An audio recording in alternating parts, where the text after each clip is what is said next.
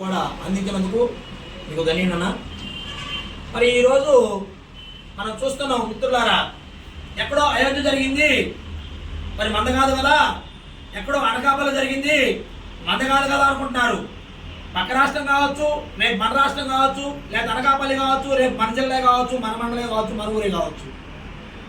ఇక్కడ ఆధిపత్య కులాలు అణగారిన వర్గాలని, బలహీన వర్గాలని బలవంతుడు దోసుకుంటూ, నరేంద్ర మోడీ గారు మీకు ఒకటే చెప్తున్నాం, కేంద్ర రాష్ట్ర ప్రభుత్వాలు చట్టాన్ని చక్కగా అమలు చేసి మహిళా హక్కులని, కార్మికుల్ని, కర్షకుల్ని ఎవరిని కానీ కించపరిచినట్టు కానీ అవమానపరిచినట్టు కానీ మహిళలపై దాడులు జరిగితే ఖబర్దార్. బాబాసాహెబ్ అంబేద్కర్ అంటే ఒక సర్దార్. నేను అమిత్ షా చెప్పాడు, మీరు బాగా గుర్తుపెట్టుకోండి మోడీ గారు, మీరు ఇక్కడ సుప్రీంకోర్టుతో తీర్పిస్తున్నారు, మళ్ళీ ఇక్కడ బాబాసాహెబ్ అంబేద్కర్ గారు పాదాలు కడుగుతున్నారు. అది చాలా తప్పు మీరు చేస్తుంది. ఉత్తరప్రదేశ్ ఎవరిదండి? మీది.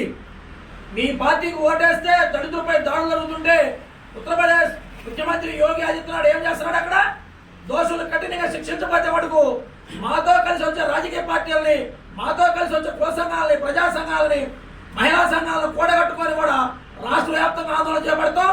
ఖబర్దార్ మోడీ గారు, మీరు మళ్ళొక్కసారి చెప్తున్నాం, బాబాసాహెబ్ అంబేద్కర్ విగ్రహాలు ధ్వంసం చేసిన, మహిళలపై దాడులు చేసిన, సుప్రీంకోర్టు ద్వారా ఎస్సీ ఎస్టీ చట్టం అనేది నిర్వీర్యం చేసిన, మళ్ళీ మీరు ఎక్కడైతే గెలిచారో అక్కడ పొందబెట్టడం ఖాయం.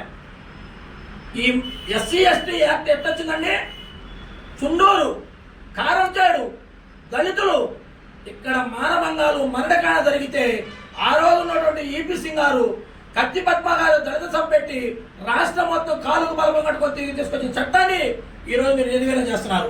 మరి ఎస్సీ ఎస్టీ చట్టం నిర్వీర్యం అంటున్నారు, అది 4 కోట్ల మధ్య రీతి తీసుకోమంటున్నారు. మరి 490 ఎట్లా తీసుకుంటున్నారు?